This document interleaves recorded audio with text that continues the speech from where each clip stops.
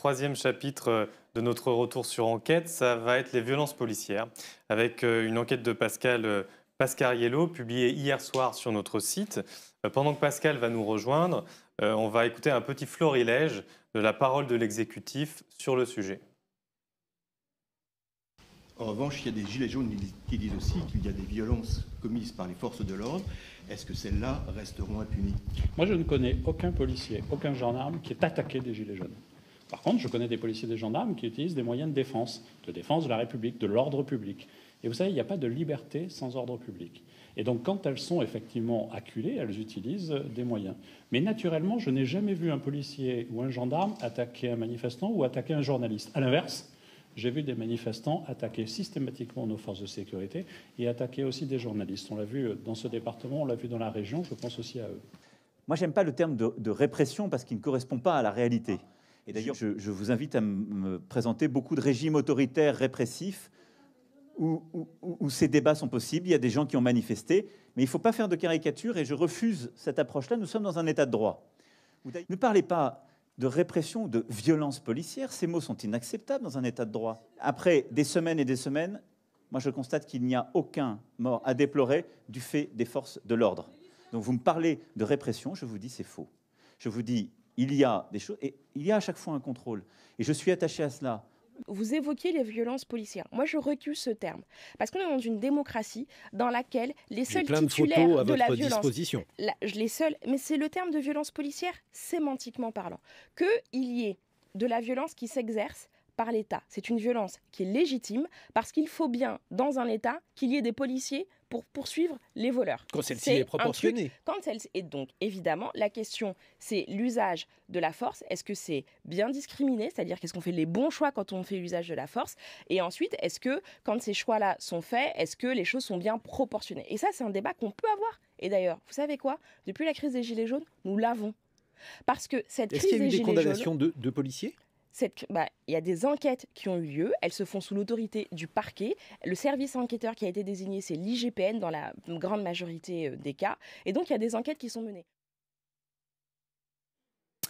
Pascal Pascariello, bonsoir. Tu nous as rejoint sur ce plateau. Alors, quand on entend ces propos, j'allais dire qu'on hésite entre la consternation et le rire nerveux, surtout quand on a lu toutes les enquêtes que tu as publiées hier soir sur le site. Alors, cela dit, Sibeth Ndiaye évoque quelque chose d'intéressant, le fait qu'effectivement, c'est l'État qui a le monopole de la violence légitime, sauf qu'en démocratie, pour être légitime, ce monopole, eh bien, il doit s'accompagner d'une régulation et puis d'un recours possible à la justice si jamais il y a de l'arbitraire, de la disproportion. Et ce qui est intéressant, c'est qu'à travers le cas d'une personne qui a été victime de violences policières, toi, tu déroules un fil qui nous montre que cette régulation, cette maîtrise, cette possibilité de recours, elles sont très illusoires. Tu as suivi le cas de Maria, une jeune femme de 19 ans, qui a été frappée par des policiers le 8 décembre dernier, en marge d'une manifestation des Gilets jaunes. Elle rentrait elle rentrait vers chez elle après une journée de travail en tant que vendeuse. Et donc, elle se retrouve tout d'un coup à terre, frappée à la tête. On voit une photo là, à l'écran.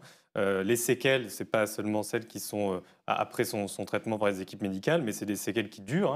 Un an plus tard, elle en a encore. C'est ce qu'elle raconte dans une interview qu'elle t'a donnée. Il faut préciser qu'elle a porté plainte et qu'une enquête préliminaire a donc été ouverte le 30 avril dernier par le parquet de Marseille. Donc voilà pour son histoire. On ne va pas s'apesantir tant que ça sur son histoire, mais ce qui est intéressant, c'est tout ce que tu as découvert autour de ça en travaillant sur son cas, et notamment à travers l'enquête de l'IGPN. Tu parles dans ton article, tu utilises un mot assez fort, en fait, tu parles de dispositif guerrier de maintien de l'ordre. Pourquoi ce vocabulaire-là, qui n'est pas forcément que le tien d'ailleurs, mais tu vas nous expliquer pourquoi. Oui, parce que du coup, c'est vrai qu'on a eu accès de façon assez exceptionnelle à l'enquête qui a été menée par l'IGPN. Et très tôt, deux éléments, en tout cas deux auditions m'interpellent. Et effectivement, le terme guerre n'est pas le mien. C'est celui qui est employé par le chef d'état-major, Jean-Marc Lucas. Donc c'est lui qui est à la tête du dispositif à Marseille du maintien de l'ordre. C'est lui qui est dans la salle de commandement le jour du 8 décembre. Donc et là, on est au sommet de la chaîne de commandement. On est au sommet de la chaîne et c'est lui qui a pensé le dispositif et c'est lui qui dit c'était la guerre. Cette sémantique, enfin, va revenir régulièrement au cours des auditions que j'ai pu consulter. Et donc, ça m'interpelle. Il va plus loin. Un autre élément interpelle dans son audition, il dit le RAID, l'unité d'élite qui normalement s'occupe des terroristes ou des preneurs d'otages. Hein. Ouais. Le RAID a été mobilisé le jour du 8 décembre, ça veut dire que le RAID était à l'hôtel de police, écoutait les échanges radio pour éventuellement intervenir. Donc, ce qui ne s'est pas produit. Ce qui ne s'est pas produit, mais ils étaient réquisitionnés. Une partie du RAID était quand même mobilisée pour répondre... Pour une manifestation. Voilà, aux Gilets jaunes, ce qui est aberrant et ce qui est excessivement inquiétant en termes de maintien de l'ordre pour une manifestation. Et ensuite, une autre audition, là encore, retient mon attention très rapidement au début de cette enquête, c'est celle du chef de la BRI. Donc la BRI, la Brigade de recherche et d'intervention, qui normalement s'occupe de la grande criminalité. Cette unité-là, celle qui a été dirigée donc, par le chef de la BRI de Marseille, Pascal Bonnet, était en revanche, contrairement au RAID, sur le terrain, armée de LBD.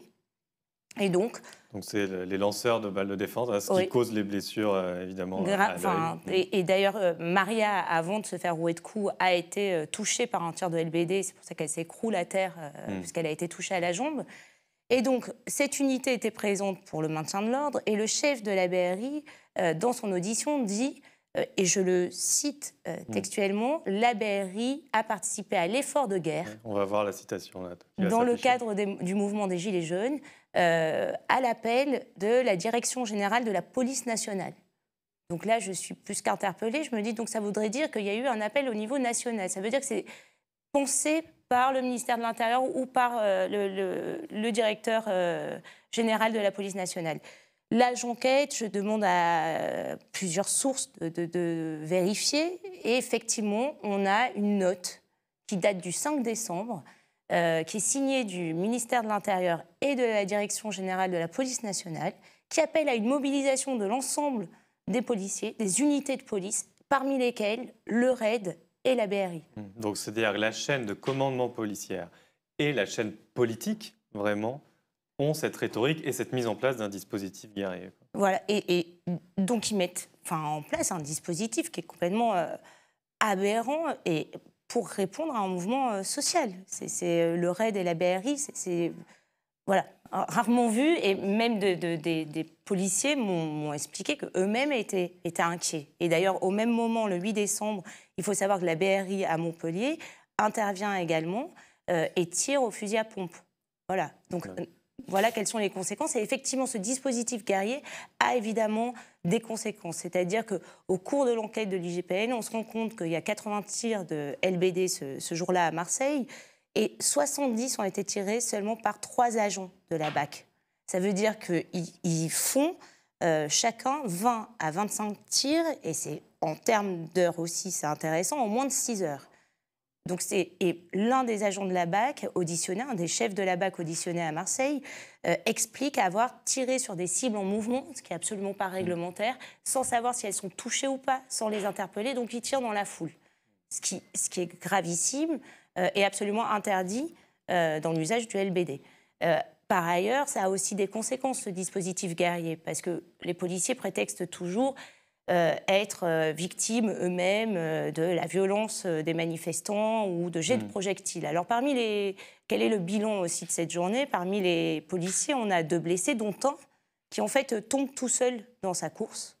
Et parmi, en revanche, les personnes qui manifestent ou pas, comme Maria, on a plus de 9 personnes qui doivent être prises en charge par les pompiers, dont un jeune aussi, dont on avait parlé, qui reçoit un tir de LBD dans la tête, un jeune de 14 ans. D'accord. Alors, tu as cité le RAID, la BRI. Il y a une autre unité là, qu'on découvre un peu en lisant ton article, qui interpelle beaucoup. C'est des sortes de compagnies hybrides de maintien de l'ordre, donc une sorte de mélange comme ça, avec des gens qui viennent de différents services et qui sont dans des sortes de compagnies, tu vas nous dire leur statut ou leur absence de statut, qui se retrouvent à faire du maintien de l'ordre alors qu'ils ne sont pas forcément formés pour ça. Ouais, alors, on appelle ça, cette enquête permet de découvrir l'existence de ces compagnies de marche. Alors, les compagnies de marche préexistaient avant, elles ont été créées en 2007, mais pour répondre, entre guillemets, aux violences urbaines. Et ponctuellement, un policier m'expliquait que de temps en temps, elles reviennent sur des grandes manifestations pour venir en appui mais de façon très ponctuelle. Là, pour le mouvement des Gilets jaunes, finalement, ces compagnies de marche ont été systématiquement mises en place. Et de quoi s'agit-il?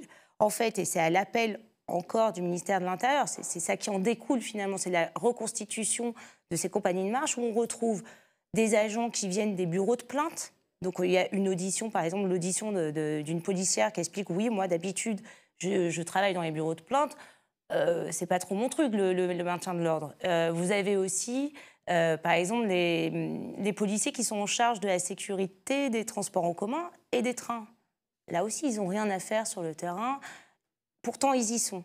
Et qu'est-ce qui découle finalement de ces compagnies de marche? Il découle qu'aucune règle n'est respectée. Il n'y a plus de règles parce qu'ils ont parfois du matériel qui n'est pas réglementaire. Ils ne sont pas formés. Et c'est des unités de 8 à 9 policiers. Qui les dirige, ces gens-là?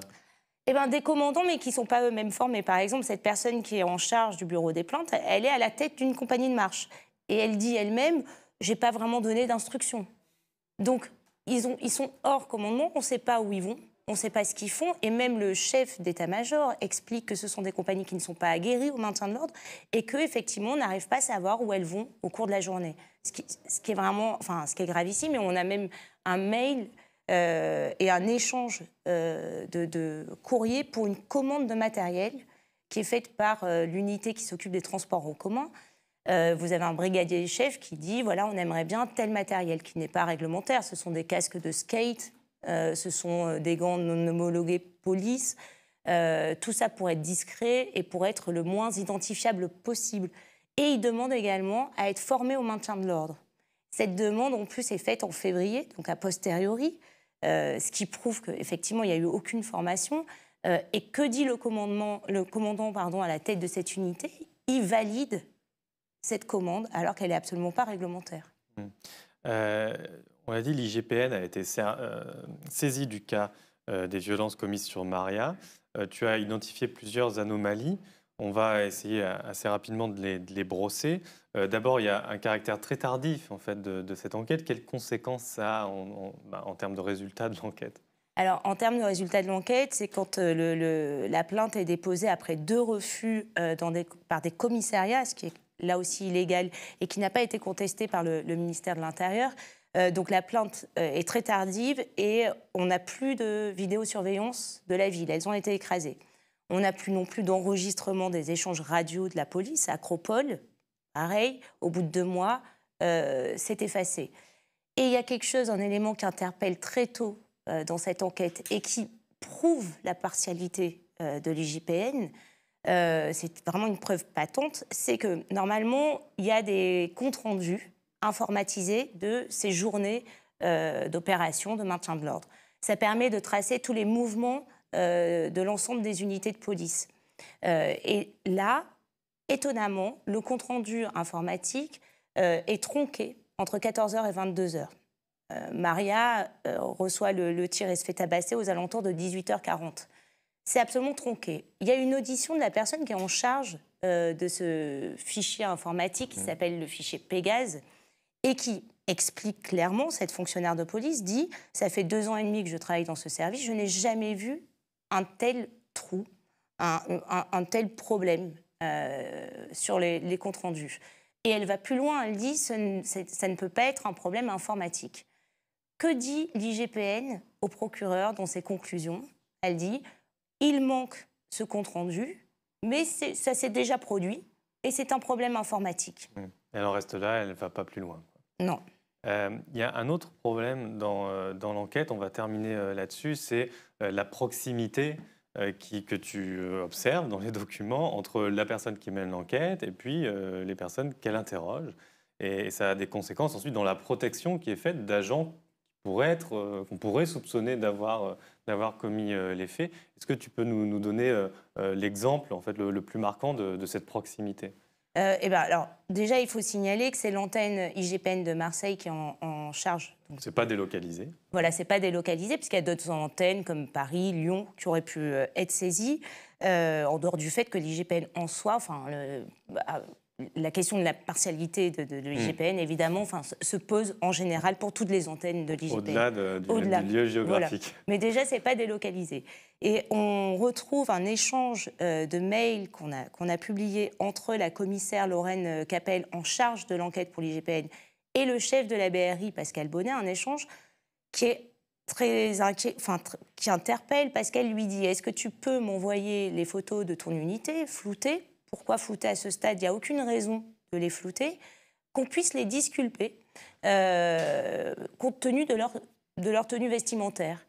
Sauf que quand on voit les tenues vestimentaires de ces hommes, rien ne permet de les disculper. Il y en a certains qui sont habillés de la même façon que les personnes qui sont autour de Maria lorsqu'elle se fait tabasser. Et ça, c'est pas la première preuve. Ensuite, elle va faire pareil avec des agents de la BAC qui sont présents, qui tirent au LBD et qui sont aux mêmes horaires près de là où Maria se fait tabasser. Pareil, elle les disculpe. Et voilà, les preuves sont multiples de la façon dont l'IGPN enterre les preuves et nie la responsabilité des policiers.